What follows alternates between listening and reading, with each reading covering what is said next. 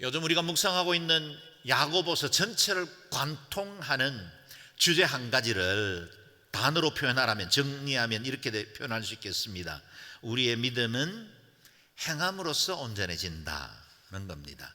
저와 여러분의 믿음이 진짜라면 그 믿음은 반드시 증거를 드러내게 돼 있다는 겁니다. 지난주일 우리가 묵상했던 말씀 가운데 몇 가지 우리에게 도전적인 말씀 다시 돌이켜봅니다. 14절을 보십시오. 만일 누가 믿음이 있다고 하면서 행함이 없으면 무슨 소용이 있겠습니까? 행함이 따르지 않는 믿음 소용이 없다 하십니다. 우리의 믿음을 진지하게 돌아보게 하는 도전이죠. 17절 아예 행함이 없는 믿음은 죽은 것이라 말씀하십니다. 이와 같이 믿음도 행함이 없으면 그 자체가 죽은 것입니다. 20절은 우리에게 이렇게 질문하죠. 당신은 행함이 없는 믿음이 헛되다는 것을 압니까? 우리의 믿음이 헛되지 않으려면 행함, 우리의 삶 속에 열매를 맺어야 한다는 도전입니다. 26절은 결론적으로 말씀하시죠. 마치 영혼 없는 몸이 죽은 것 같이 행함이 없는 믿음도 죽은 것입니다. 몸에 영혼이 빠져나가면 자연적으로 죽음의 몸이 되듯이 우리에게도 행함이 따르지 않는다면 우리 믿음이 죽은 것과 같다라고 말씀합니다. 하나같이 두렵고 도전적인 말씀이죠. 우리는 믿는 만큼 아는 만큼 살지 못할 때가 많습니다. 때로는 후회하기도 하고 때로는 주님 앞에 죄책감으로 조아리면서도 자주 우리가 해오던 습관에 넘어지기도 하고 하나님 기뻐하지 않는 이 일에 불순종하기도 합니다. 그러나 여러분, 오늘 우리에게 이와 같은 온전한 믿음에 대한 목표가 있다는 것은 얼마나 큰 축복입니까? 여전히 우리는 넘어질 수 있지만 다시 일어설 수 있고, 우리가 때로는 헤매기도 하지만 우리의 진정한 인생의 방향이 어디인지를 되찾을 수 있습니다. 우리는 다시 일어설 수 있습니다. 조금씩 한 걸음씩 믿음의 고백을 실행으로 옮기다 보면 우리의 믿음이 그리스도의 장성한 분량이 충만한 데까지 이르러 성장하게 될 줄로 믿습니다. 포기하지 말고 우리의 믿음 실행해 나가는 일에 힘쓰는 저와 여러분 되시기를 바랍니다. 우리의 믿음은 행함으로 말미암아 온전해진다고 하셨는데, 오늘 본문에서 그 중요한 첫 걸음을 말씀하고 있습니다. 1절 2절 말씀 다시 읽어보죠. 시작. 내 형제들이여, 더 큰 심판을 받을 줄 알고 너도 나도 선생이 되려고 나서지 마십시오. 우리는 모두 실수가 많기 때문입니다. 만일 누가 말에 실수가 없다면 그는 자기의 온 몸도 제어할 수 있는 완벽한 사람입니다. 아멘. 여러분 기억하실 겁니다. 야고보서에서 내 형제들이여 라는 말씀이 나오면 틀림없이 중요한 주제를 가지고 있거나 아니면 우리의 의식을 환기할 수 있는 새로운 주제를 가지고 말씀하시는 거지요. 새로운 권면이 시작되었습니다. 뭘 말씀하십니까? 너도 나도 선생이 되려고 나서지 마십시오 하는 겁니다. 당시의 선생이나 랍비들, 회당이나 사회에서 존경과 선망의 대상이 되던 사람들이었습니다. 당연히 그리스도인 공동체 안에도 선생들이 있었고 그들이 가지고 있는 그 존경심 때문에 많은 사람들이 선생되고 싶어하는 경향들이 있었던 것 같습니다. 그런데 그 중에는 선생의 지위에 요구되는 도덕적인 책임이나 삶의 행실이 따르지 못하면서 지위만 원하는 그런 사람들이 있었던 것 같습니다. 그 때문에 야고보는 선생들에게는 더 큰 심판, 곧 더 높은 수준의 윤리적 책임과 의무가 따른다는 사실을 환기시키면서 저마다 선생 되려고 하지 말아야 한다라고 경고하시는 것입니다. 선생, 곧 지도자는 다른 사람들을 가르치는 만큼 또 존경받는 자리인 만큼 그를 향한 판단의 기준이 높을 수밖에 없습니다. 다른 사람들이 똑같은 일을 범해도 눈 감아줄 수 있는 일도 지도자나 선생된 사람들에게는 비난과 판단의 기준이 높습니다. 정부의 고위공직자나 목사, 승려들, 교수, 변호사, 우리가 소위 말하는 사회 지도급 인사라고 말하는 사람들에게는 높은 도덕적 잣대를 가지고 판단을 합니다. 그런 사람들이 어떤 범죄를 지면 수십 명이 동일한 범죄를 지었지만 그 중에 한 사람 대표로 누구도 있었다라고 말할 때 늘 이와 같은 부류의 사람들을 들여댑니다. 그럴 수밖에 없지요. 그래도 아직도 당신들은 이렇게 살아야 하지 않는가 하는 윤리적 기준을 포기하지 않았다, 그런 의미이기도 합니다. 그러므로 지도자의 역할은 너도 나도 자기가 원한다고 직임을 맡아서는 안 된다는 겁니다. 가끔씩 성경 공부 열심히 하고 하나님의 말씀을 많이 아는 분들 중에 자신이 알고 있는 지식 때문에, 성경에 대한 이해 때문에 다른 사람들을 자주 가르치려고 하는 분들을 봅니다. 어떤 분들은 성경 지식이 깊어질수록 더 겸손해지고 사람들에게 덕을 세우고 화평을 이루는 사람이 있는가 하면, 어떤 사람은 알고 있는 지식 때문에 다른 사람들을 판단하고 정죄하는 경우들도 있다는 겁니다.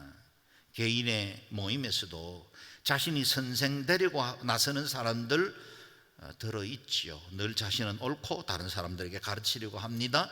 자신의 판단과 지식에 대해서 어느 누군가 이 일을 제기하면 그 불편한 기색 숨기지 못하는 경우들을 보게 되지요. 선생 되려고 하는 사람들의 특징입니다. 대부분 자신이 판단하는 그 판단 때문에 자신도 판단받고 있다는 사실을 잊어버리고 또 다른 사람들을 판단하고 자신이 알고 있는 지식으로 다른 사람들을 비난하거나 정죄할 때가 많습니다. 우리가 많이 선생되지 말아야 할 이유입니다. 선생의 역할, 지도자의 역할을 할수록 그만큼 더 큰 심판, 더 높은 잣대의 책임을 가지고 있다는 사실을 늘 기억하라 하십니다.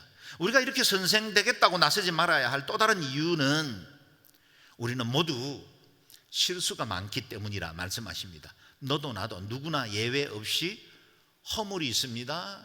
우리가 살아오는 날들의 부끄러운 많은 흔적들, 실수를 하면서 살기 때문이죠. 특히 그 가운데 제일 자주 실수가 드러나는 부분이 바로 말입니다. 그래서 야고보 선생은 만일 누가 말에 실수가 없다면 그는 자기의 온몸도 제어할 수 있는 완벽한 사람이라, 그렇게 말씀하십니다. 말에 실수가 없는 사람, 그 사람은 자신의 인생의 전체를 마음껏 제어할 수 있을 만큼 성숙한 사람이 될 수 있다, 그런 의미겠지요. 그만큼 말의 중요성이 크다는 뜻이고 동시에 그만큼 말을 제어하기가 쉽지가 않다는 의미이기도 할 겁니다. 가끔씩 말 때문에 자신의 품위와 그동안 쌓아온 모든 인간관계를 한꺼번에 무너뜨리는 사람들을 보게 됩니다. 반대로 몇 마디의 말들 때문에 사람들이 그동안 알지 못했던 그의 가치, 그가 가지고 있는 성품의 향기, 인격을 드러내는 사람들도 있습니다. 온전한 믿음을 갖기 원하십니까? 혀를 잘 제어하셔야 합니다. 입술에 파수꾼을 세워 말을 통제할 수 있다면 삶의 전 영역에서 성숙한 그리스도인으로 살아갈 수 있다는 겁니다. 야고보 선생은 혀의 역할이 얼마나 중요한지를 세 가지의 비유를 들어 설명하고 있습니다. 3절에서 6절까지 말씀을 같이 읽겠습니다. 시작. 우리는 말들을 기다리려고 그 입에 재갈을 물려서 말들을 다 끌고 갑니다. 보십시오. 그렇게 큰 배들이 거센 바람에 밀려가지만 항해 사는 작은 키 하나로 방향을 잡아갑니다. 이와 같이 혀도 작은 지체이지만 큰 것을 자랑합니다. 보십시오. 작은 불씨가 얼마나 많은 나무를 태웁니까? 혀는 불입니다. 혀는 우리 지체 안에 있는 불의의 세계이며 온몸을 더럽히며 인생의 바퀴를 불사르며 지옥불에 의해 불살라집니다. 혀의 기능을 한 음절을 가진 세 개의 단어로 비유했습니다. 말, 배, 불입니다. 이 세 개의 비유가 가진 공통점은 작은 것이 큰 것을 움직인다는 겁니다. 힘있게 달리는 야생마의 방향을 정하는 것은 말의 입에 물려진 재갈입니다. 크루즈선이나 항공모함 같은 큰 배도 항해 방향을 결정하는 건 물속에 잠겨서 보이지도 않는 작은 키가 결정하고 있습니다. 온산을 불사르는 큰 산불도 담뱃불이나 아주 작은 불씨로부터 시작됩니다. 이와 같이 우리 입안에 있는 작은 혀도 보이지 않지만 온몸과 인생의 방향을 움직이고 결정할 만큼 큰 영향을 끼친다는 겁니다. 이와 같이 혀도 작은 지체이지만 큰 것을 자랑합니다. 말의 중요성에 대해서는 아무리 강조해도 지나치지 않습니다.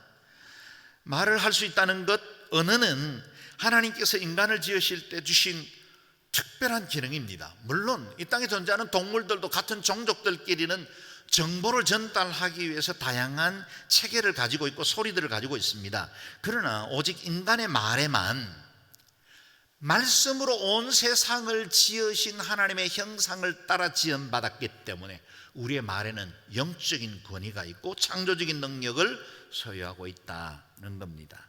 우리의 언어는 단순한 단어와 음성의 조합이 아닙니다. 하나님의 형상을 가진 인간의 말은 정보의 전달 차원을 넘어 창조 사역을 구현해 나가는 일이 됩니다. 언어 자체에 영적인 능력이 부여되어 있다는 겁니다. 하나님께서 말씀으로 세상을 창조하신 것처럼 아담이 각각의 동물들이 자기 앞을 지나갈 때 부르는 대로 그의 이름이 되었습니다. 하나님 지으신 세계를 다스릴 권위를 인간의 언어에 부여하신 것이죠. 그 때문에 저와 여러분의 말에는 권위가 늘 함께합니다. 땅에서 매면 하늘에서도 매일 것이요 땅에서 풀면 하늘에서도 풀린다고 하십니다. 그러므로 말을 생산하는 혀를 잘 제어해야 합니다. 말로 사람을 살리기도 하고 말로 사람을 죽이기도 합니다. 그래서 지혜의 보고인 잠언에는 이렇게 말씀하시죠. 죽고 사는 것이 혀의 능력에 달려 있으니 혀를 사랑하는 사람은 그 열매를 먹을 것이다. 혀가 내 삶과 인생을 파괴하고 황폐하게 만들기도 하고 그 혀가 나를 존귀한 자로 변화시키기도 합니다. 우리 입안에 숨겨져 있는 이 세 지혜를 어떻게 사용하느냐에 따라서 원수가 친구가 되기도 하고 좋던 관계 하루아침에 망가뜨리기도 하지요. 부부싸움 하지 않습니까? 부부싸움을 일으키는 90%의 원인은 말투랍니다. 부부간에 서로 익숙하기 때문에 서로가 좋은 관계로 오랫동안 왔기 때문에 무심코 내뱉은 그 말투가 서로의 마음을 상하게 하고 그것으로 인해서 큰 부부싸움으로 이렇게 확산되는 경우들이 있죠. 부부들이 제일 듣기 싫어하는 말, 그것이 남녀 공이 됐어 말을 말자라는 겁니다. 사실은 이건 굉장히 무시당하는 듯한 그런 느낌을 갖죠. 소통을 끊어버리자는 겁니다. 말 안 하겠다 그런 뜻이겠죠. 우리가 말의 능력을 잘 활용하면 우리 아내들이 용기와 힘을 얻습니다. 우리 자녀들이 인생의 비전과 꿈을 갖습니다. 우리의 말을 잘 하는 것을 통해서 우리의 남편들이 세상에서는 지치고 힘들어도 용기를 얻고 인생에 다시 한번 일어날 수 있는 비전을 갖게 됩니다. 우리 아이들, 우리의 말들 때문에 그 어떤 어려운 시험과 환난도 돌파해 나갈 용기를 얻습니다. 말로 인해서 가정도 교회도 풍성해집니다. 말로 인해서 가정도 교회도 황폐한 사막이 될 수 있습니다. 말의 능력이 얼마나 큽니까? 말은 우리의 운명을 바꾸기도 합니다. 그런데 우리가 우리의 말에 대해서 더욱더 경성해야 하는 이유는 우리의 말들이 갖는 경향성이 건설적이기보다는 파괴적일 때가 더 많다는 것 때문입니다. 오늘 본문에 말씀하십니다. 보십시오. 작은 불씨가 얼마나 많은 나무를 태웁니까? 혀는 불입니다. 혀는 우리 지체 안에 있는 불의의 세계이며 온몸을 더럽히며 인생의 바퀴를 불사르며 지옥불에 의해 불살라집니다. 때로는 우리의 혀가 불의의 세계를 만드는 불씨가 되어 많은 사람의 인생을 불태워버리기도 합니다. 요즘 우리의 마음을 안타깝게 하는 강원도의 대형 산불들, 경북에 일어난 산불들 생각해 보십시오. 강릉과 동해 지역에 난 산불은 주민들에게 앙심을 품은 어떤 60대가 토치로 불을 질렀답니다. 의도적인 방화지요. 울진 삼척의 산불은 아마도 지나가는 차량에서 던진 담배꽁초일 확률이 높다 합니다. 오늘 비로 인해서 완전히 진화되기를 우리가 소망하고 있지만 정말 오랫동안 열흘 가까운 시간 동안 산불이 계속됐고 어마어마한 재난들을 산림에게 그리고 또 많은 가정들에게 입히게 되었죠. 많은 이재민들이 지금도 집 밖을 벗어나서 생활하고 있습니다. 의도적이건 무심코 던진 것이건 작은 불씨 하나가 얼마나 큰 화를 불러일으키는지를 우리는 보았죠. 우리의 혀도 우리가 만들어낸 불씨가 그럴 수 있다는 겁니다. 의도적이건 무심코 한 말이건 그 피해는 결코 적지 않고 어느 인생에는 큰 어려움을 줄 수 있다. 그 인생을 불살라버릴 수도 있다라는 겁니다. 이어지는 7, 8절은 더욱더 두려운 말씀이죠. 같이 읽어보겠습니다. 시작.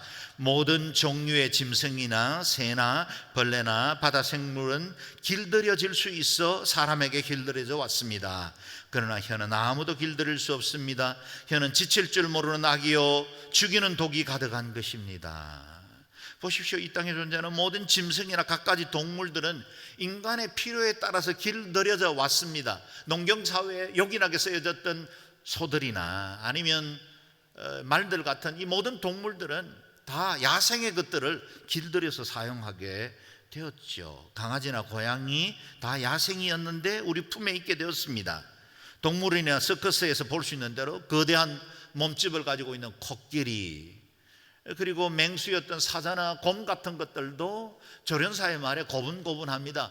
심지어는 몸에 그 무게가 8톤이 넘는 샤무, 범고래 같은 그 어마어마한 물속의 그 짐승들도 사람이 조련하는 것에 따라서 고분고분 움직입니다. 그러나 우리 입안에 있는 새치혀는 길들이기가 얼마나 어려운지요, 얼마나 힘든지 오늘 본문에 보면 아무도 길들일 수 없다라고 할 정도입니다. 길들이지 못한 맹수가 사람을 해치는 것처럼 길들이지 못한 혀는 지칠 줄 모르는 악이요 죽이는 독이 가득한 것이 될 수 있습니다. 하나님의 말씀과 은혜로 길들여지지 않는 말들, 그 혀는 마귀의 손에 들린 불화살이 되기가 쉽습니다. 거짓의 아비 마귀는 하나님 앞에서 밤낮 없이 성도들을 참소하던 자이기 때문에 그 참소, 고발하고 정죄하는 데 능한 마귀가 우리의 혀를 도구 삼아 다른 사람들을 정죄하고 판단하고 참소하는 데 쓰임받는 도구가 될 수 있다는 겁니다. 마귀가 우리의 혀를 불화살로 사용하도록 내버려 두어서는 안 됩니다. 공격하는 적의 화살이 우리에게 다가올 때, 우리가 적의 칼날이 우리에게 내려칠 때 때로는 방패를 통해서 막을 수는 있지만 악의적인 말로 내뱉는 말들은 피할 수도 외면할 수도 방어할 수도 없을 때가 많습니다. 우리 마음속 깊이 내리꽂히죠. 독화살이 꽂히는 순간 치명적인 독이 온몸에 마음으로 퍼져나갑니다. 해독제조차 구하기가 쉽지 않습니다. 내가 무심코 내뱉는 말, 감정이 상해서 순식간에 말한 그 말들로 인해서 그것이 불이 되고 독이 되어 자기 자신과 다른 사람의 인격을 파괴하고 인생을 비참한 상태로 몰고 관계들을 깨뜨리는 역할들을 하기도 합니다. 내 말이 누군가에게는 인생의 바퀴를 불살르며 지옥불이 될 수도 있다는 사실을 늘 기억하며 혀를 제어해야 합니다. 우리가 이미 1장을 강의할 때도 이미 묵상했던 말씀이죠. 기억할 겁니다. 만일 누가 스스로 경건하다고 생각하며 자기 혀를 제어하지 않고 자기 마음을 속이면 이 경건은 아무 소용이 없습니다. 자신은 경건하다고 말합니다. 하나님 사랑한다고, 주님 잘 믿는다고 말하는데 만약 그 혀가 제어되지 않는다면 그 경건은 아무 소용이 없다 하십니다. 자기 혀를 제어하지 않고 온전한 믿음에 이르는 길은 없습니다. 자기 혀에 재갈을 물리지 않고 경건에 이르는 길도 없습니다. 우리의 언어도 야생마와 같이 통제불능으로 뛰어나올 때가 많습니다. 입에 재갈을 물려야 합니다. 절제되지 못한 말 하지 않도록 철저히 통제해야 합니다. 다시 반복해 볼까요? 말에 재갈을 물리듯이 말에 재갈을 물려야 한다. 재갈을 물려 입을 통제하지 못한 채 그가 속해 있는 가정 그리고 교회, 사회에서 너무 쉽게 말을 내뱉는 동안 일어나는 많은 파괴력을 기억해야 합니다. 그런데 만약 그가 리더라면, 영향력을 끼치고 있는 사람이라면, 그 사람의 입에 재갈이 물려 있지 않다면 그가 속한 공동체 전체에 더 큰 어려움과 고통을 줄 수 있습니다. 대통령의 한마디의 말은 얼마나 중요합니까? 그동안 선거운동을 통해서 이야기한 수많은 공약들 제대로 지켜지던가요? 지도자인데도 그걸 지키기가 너무나 어렵습니다. 그 한 사람의 말에 갖는 무게와 책임감이 경제정책, 주택, 그리고 군사, 교육 모든 부분에서 엄청난 영향을 끼치고 있다는 겁니다. 우리 가정에도 마찬가지죠. 특별히 사랑하고 의지하는 사람, 사랑하는 사람의 말의 영향력은 이루 말할 수가 없습니다. 가까이 있는 사람들일수록 덕을 세우고 화평을 이루고 위로하고 치유하고 회복하는 말들을 해주어야 합니다. 막말 내뱉기가 제일 쉬운 쪽이 운전할 때와 자기 배우자입니다. 그때 언제나 제어를 잘해야 합니다. 그래서 야고보 선생이 너도 나도 선생이 되려고 나서지 말라고 말한 것 아니겠습니까? 자문의 지혜에 귀를 기울여야 합니다. 말이 많으면 허물을 면키 어려우나 그 입술을 제어하는 자는 지혜가 있느니라. 나의 지혜는 어디에서 빛을 발할까요? 제어된 혀에서 드러납니다. 그러므로 우리 입에 재갈을 물리고 입술에 성문에 24시간 졸지 않는 팔수꾼을 세워두어야 합니다. 그래야 내 인생이 행복해집니다. 나를 만나는 사람들이 행복을 누릴 수 있습니다. 잘 달리는 승용차일수록 제동장치가 뛰어나야 합니다.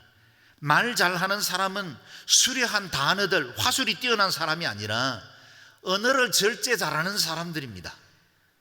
혀를 잘 제하는 능력, 그것이 바로 경건의 능력이고 지혜의 능력입니다. 이제 혀를 제어할 줄 아는 온전한 믿음의 결론부에 이르게 되었습니다. 9절에서 12절 말씀을 함께 읽겠습니다. 시작. 우리는 혀로 주와 아버지를 찬양하기도 하고 또 그것으로 하나님의 형상을 따라 지음받은 사람을 저주하기도 합니다. 찬양과 저주가 한 입에서 나오니 내 형제들이여 그래서는 안 됩니다.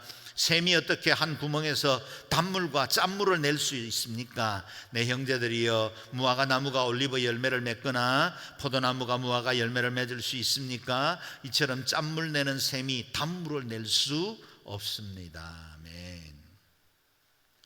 이제 야고보 선생은 혀가 가진 양면성에 대해서 경고하고 있습니다.